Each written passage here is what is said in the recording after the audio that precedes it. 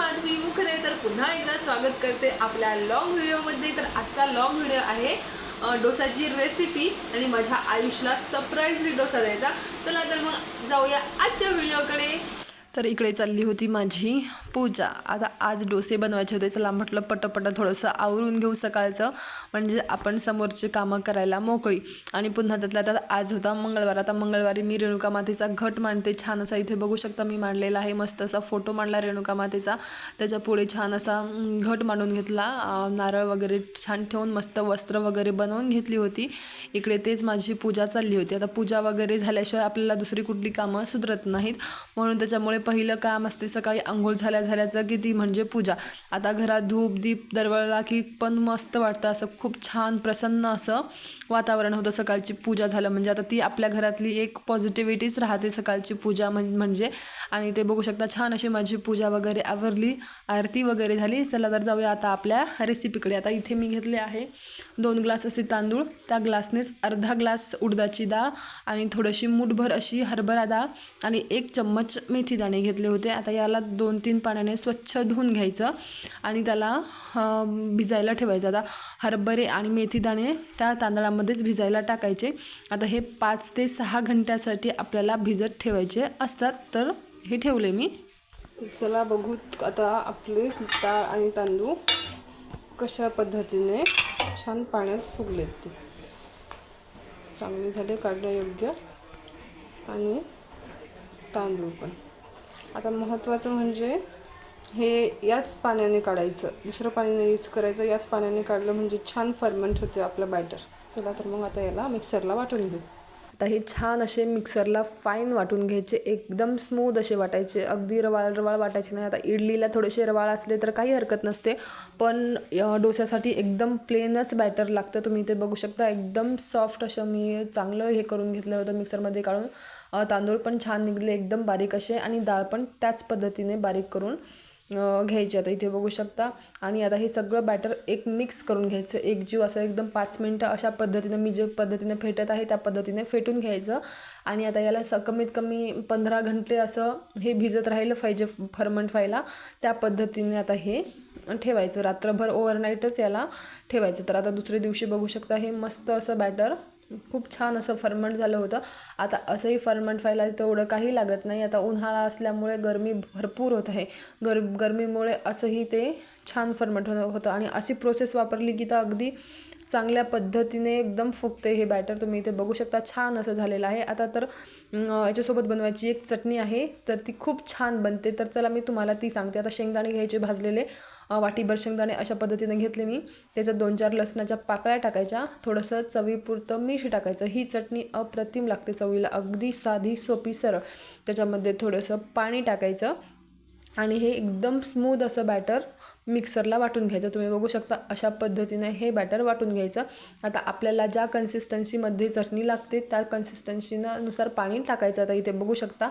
आणि त्याच्यासाठी एकदम सिंपल असा तडका लागतो, जो की तेल आणि तेलामध्ये फक्त मोहरी टाकायची. एवढा सिंपल असा तडका राहतो याला. या तडक्याने या चवीला अगदी खूप छान चव येते. नंतर लागले मी इथे आलूचं भरीत घ्यायला. आता आलूचं भरीत एवढं सोपं राहते की ते कोणालाही येते, म्हणून त्याचा काही मी शूट वगैरे घेतला नाही. इथे बघू शकता मस्त असं आलूचं भरीत रेडी झाला. आता संबार वगैरे नव्हता, चला म्हटलं असो एखाद्या वेळेस तसंही होते.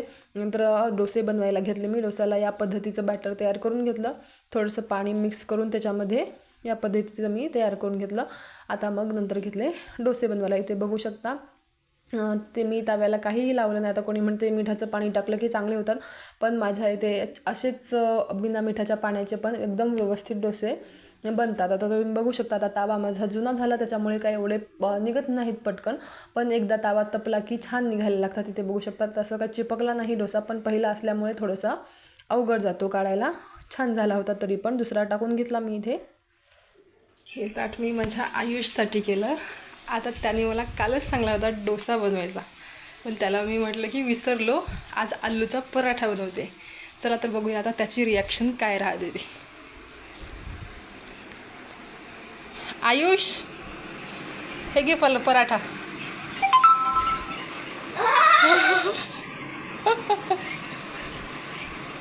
डोसा कसं वाटलं? कसं वाटलं? हा